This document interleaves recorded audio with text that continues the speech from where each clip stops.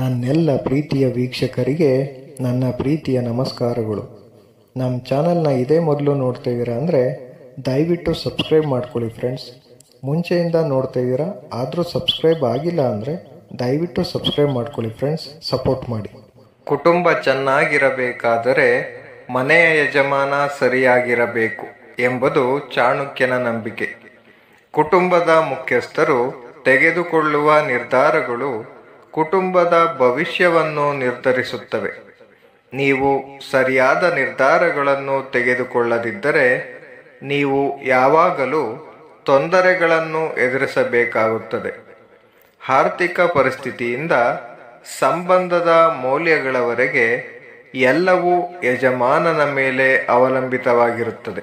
ಭಾರತದ ಶ್ರೇಷ್ಠ ವಿದ್ವಾಂಸರಲ್ಲಿ ಒಬ್ಬರು ಚಾಣಕ್ಯ. ಅವರು ಕೌಟುಂಬಿಕ ಮೌಲ್ಯಗಳ ಬಗ್ಗೆ ಸಾಕಷ್ಟು ಹೇಳಿದ್ದಾರೆ. ಚಾಣಕ್ಯ ತನ್ನ ತತ್ವಗಳ ಮೂಲಕ ಜನರನ್ನು ವಿಜಯದ ಹಾದಿಯಲ್ಲಿ ಮುನ್ನಡೆಸಿದ್ದಾರೆ. ಚಾಣಕ್ಯರ ನೀತಿಗಳು ಪ್ರಸ್ತುತ ಕಾಲದಲ್ಲೂ ಬಹಳ ಉಪಯುಕ್ತವಾಗಿವೆ. ಚಾಣಕ್ಯರ ಪ್ರಕಾರ ಕುಟುಂಬದ ಸಮೃದ್ಧಿಯು ಮನೆಯ ಮುಖ್ಯಸ್ಥನ ಮೇಲೆ ಅವಲಂಬಿತವಾಗಿರುತ್ತದೆ. ಮನೆಯ ಮಾಲೀಕರು ಬುದ್ಧಿವಂತರು ಮತ್ತು ಎಲ್ಲ ಸಂದರ್ಭಗಳನ್ನು ನಿಭಾಯಿಸಬಲ್ಲವರು ಆಗಿರಬೇಕು. ಅದಕ್ಕಾಗಿಯೇ ಕುಟುಂಬದ ಮುಖ್ಯಸ್ಥರು ಕೆಲವು ಗುಣಗಳನ್ನು ಹೊಂದಿರಬೇಕು ಎಂದು ಅವರು ಹೇಳುತ್ತಾರೆ. ಆಚಾರ್ಯ ಚಾಣಕ್ಯರ ಪ್ರಕಾರ ಮನೆ ಮಾಲೀಕರು ಹಣ ಉಳಿಸುವ ಗುಣ ಹೊಂದಿರಬೇಕು. ಆಗ ಕುಟುಂಬಕ್ಕೆ ಹಣದ ಕೊರತೆ ಇರುವುದಿಲ್ಲ.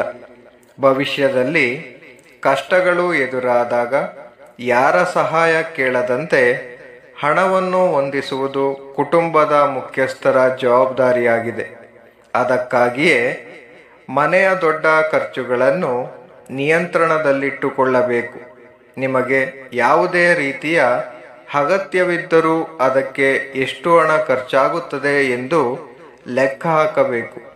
ಮನ ಬಂದಂತೆ ಹಣ ದುಂದುವೆಚ್ಚ ಮಾಡಬಾರದು. ಮನೆಯ ಆದಾಯಕ್ಕೆ ಅನುಗುಣವಾಗಿ ಮನೆಯನ್ನು ನಿರ್ವಹಿಸುವುದು ಮನೆಯ ಮುಖ್ಯಸ್ಥನ ಜವಾಬ್ದಾರಿಯಾಗಿದೆ. ಅನಗತ್ಯ ವೆಚ್ಚಗಳನ್ನು ನಿಯಂತ್ರಣದಲ್ಲಿಟ್ಟುಕೊಳ್ಳಬೇಕು. ಇಲ್ಲದಿದ್ದರೆ ನೀವು ಆರ್ಥಿಕ ಬಿಕ್ಕಟ್ಟಿಗೆ ಸಿಲುಕಬೇಕಾಗಬಹುದು. ವೆಚ್ಚವನ್ನು ಕಟ್ಟುನಿಟ್ಟಾಗಿ ನಿಯಂತ್ರಿಸಬೇಕು. ಅವಿಭಕ್ತ ಕುಟುಂಬದಲ್ಲಿ ವಾಸಿಸುವವರು ಈ ವಿಷಯವನ್ನು ಕಟ್ಟುನಿಟ್ಟಾಗಿ ಪಾಲಿಸಬೇಕು. ಅಗತ್ಯಕ್ಕಿಂತ ಹೆಚ್ಚು ಖರ್ಚು ಮಾಡಿದರೆ ಮುಂದೆ ಸಮಸ್ಯೆ ಎದುರಿಸಬೇಕಾಗುತ್ತದೆ. ಮನೆಯಲ್ಲಿ ಶಿಸ್ತುಬದ್ಧ ಶಾಂತಿಯುವ ಋಷಿತ ವಾತಾವರಣವನ್ನು ಕಾಪಾಡಿಕೊಳ್ಳಲು ಯಜಮಾನನು ಸರಿಯಾದ ನಿರ್ಧಾರಗಳನ್ನು ತೆಗೆದುಕೊಳ್ಳಬೇಕು.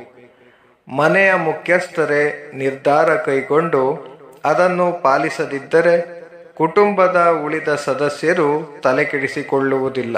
ಚಾಣಕ್ಯನ ಪ್ರಕಾರ ಮನೆಯವರು ಯಾವುದೇ ನಿರ್ಧಾರವನ್ನು ಕುಟುಂಬದ ಎಲ್ಲರನ್ನೂ ಗಮನದಲ್ಲಿಟ್ಟುಕೊಂಡು ತೆಗೆದುಕೊಳ್ಳಬೇಕು. ಯಾರಿಗೂ ತೊಂದರೆಯಾಗದಂತೆ ನಿರ್ಧಾರಗಳನ್ನು ತೆಗೆದುಕೊಳ್ಳಬೇಕು. ನಿರ್ಧಾರಗಳನ್ನು ತೆಗೆದುಕೊಳ್ಳುವ ಮೊದಲು ಎಲ್ಲ ಕುಟುಂಬ ಸದಸ್ಯರೊಂದಿಗೆ ಮಾತನಾಡಿ. ಇಲ್ಲವಾದಲ್ಲಿ ಕುಟುಂಬದಲ್ಲಿ ಬಿರುಕು ಮೂಡುವ ಸಾಧ್ಯತೆ ಇದೆ. ಪುರಾವೆಗಳಿಲ್ಲದೆ ಮನೆಯ ಮಾಲೀಕರು ಯಾವುದನ್ನು ನಂಬಬಾರದು. ಯಾವುದೇ ಸುದ್ದಿಯನ್ನು ನಂಬುವ ಮೊದಲು ಪ್ರಾಮಾಣಿಸಿ ನೋಡಬೇಕು. ಮನೆಯಲ್ಲಿ ಯಾವುದಾದರೂ ಕಾರಣಕ್ಕೆ ಜಗಳವಾದರೆ ಎಲ್ಲ ದೃಷ್ಟಿಕೋನಗಳಿಂದಲೂ ನೋಡಿ ಸಮಸ್ಯೆಯನ್ನು ಪರಿಹರಿಸಲು ಪ್ರಯತ್ನಿಸಬೇಕು. ಪರಸ್ಪರ ವಿರುದ್ಧವಾಗಿ ನಿಲುವು ತೆಗೆದು ಮಾತನಾಡಿದರೆ ಕುಟುಂಬ ಸದಸ್ಯರ ನಡುವೆ ಮನಸ್ತಾಪ ಹೆಚ್ಚಾಗುವ ಸಾಧ್ಯತೆ ಇದೆ. ಗದರಿಸುವುದೇ ನಿಮ್ಮ ಕೆಲಸವಲ್ಲ, ಅವರನ್ನು ತಿದ್ದುವ ಗುಣ ನಿಮ್ಮದಾಗಿರಬೇಕು. Thank you for watching friends. Please subscribe my channel.